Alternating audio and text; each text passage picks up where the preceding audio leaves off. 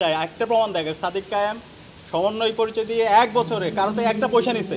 আমি চ্যালেঞ্জ করতেছি, সেটা কেউ বলতে পারবে না। সাম্প্রতিক সময়ে আলোচিত নাম সাদিক কায়েম। 2024-এ শেখ হাসিনা পতন আন্দোলনে বাংলাদেশ ছাত্র শিবিরের ঢাকা বিশ্ববিদ্যালয়ের সাবেক সভাপতি সাদিক কায়েমের ভূমিকা বারবার খবরের শিরোনামে এসেছে। তবে এবার তার বিপরীতে জোরালো অবস্থান নিলেন গণ অভ্যুত্থানের অন্যতম নাহিদ ইসলাম।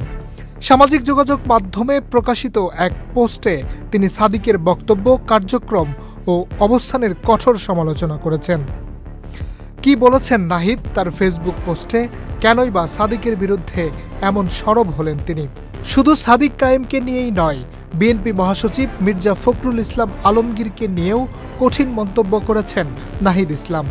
জুলাই অভ্যুত্থানের পর জাতীয় সরকার গঠনের বিষয়ে বৈষম্য বিরোধী ছাত্র আন্দোলনের পক্ষ থেকে প্রস্তাব দেওয়া হয়। তবে তাতে বিএনপির ভারপ্রাপ্ত চেয়ারম্যান তারেক রহমান সম্মত হননি বলে দাবি করেছেন জাতীয় নাগরিক পার্টির আহ্বায়ক নাহিদ ইসলাম। 31 জুলাই বৃহস্পতিবার দুপুর 12টার দিকে তার ফেসবুক পেজে এই দাবি করে পোস্ট দেন এনসিপির আহ্বায়ক। নাহিদ ইসলাম ফেসবুক পোস্টে লেখেন, বিএনপি মহাসচিব মির্জা ফখরুল ইসলাম সম্প্রতি একটা সাক্ষাৎকারে বলেছেন, জাতীয় সরকারের কোনো প্রস্তাবনা ছাত্রদের পক্ষ থেকে তাদের দেওয়া হয়নি, তারা অন্য মাধ্যমে এই প্রস্তাবনা পেয়েছিলেন। নাহিদ বলেছেন, মির্জা ফখরুল ইসলামের এই বক্তব্যটি সত্য নয়। তিনি আরও বলেন, 5 আগস্ট রাতের প্রেস ব্রিফিংয়ে আমরা বলেছিলাম আমরা অন্তর্বর্তীকালীন জাতীয় সরকার করতে চাই।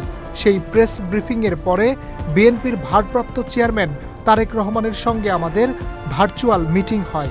সেখানে বৈষম্য বিরোধী ছাত্র আন্দোলনের পক্ষ থেকে জাতীয় সরকার ও নতুন সংবিধানের প্রস্তাব দেওয়া হয়েছিল।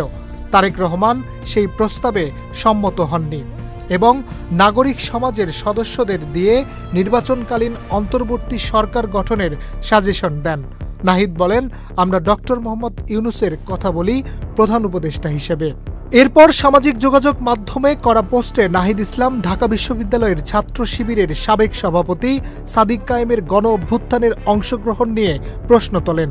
নাহিদ লেখেন, সাদিক কায়েম বৈষম্য বিরোধী ছাত্র আন্দোলনের কোনো সমন্বয়ক ছিলেন না, কিন্তু 5 আগস্ট থেকে এই পরিচয় তিনি ব্যবহার করেছেন। অভ্যুত্থানের শিবিরের গুরুত্বপূর্ণ ভূমিকার কারণে সাদিক কায়েমকে প্রেস ব্রিফিংয়ে বসার ব্যবস্থা করা হয়। কিন্তু সাদিক কায়েমরা অভ্যুত্থান পরবর্তী সময়ে ঢালাও প্রচারণা করেছে এই অভ্যুত্থান ঢাবি শিবিরই নেতৃত্ব দিয়েছে, আমরা সামনে শুধু পোস্টার ছিলাম।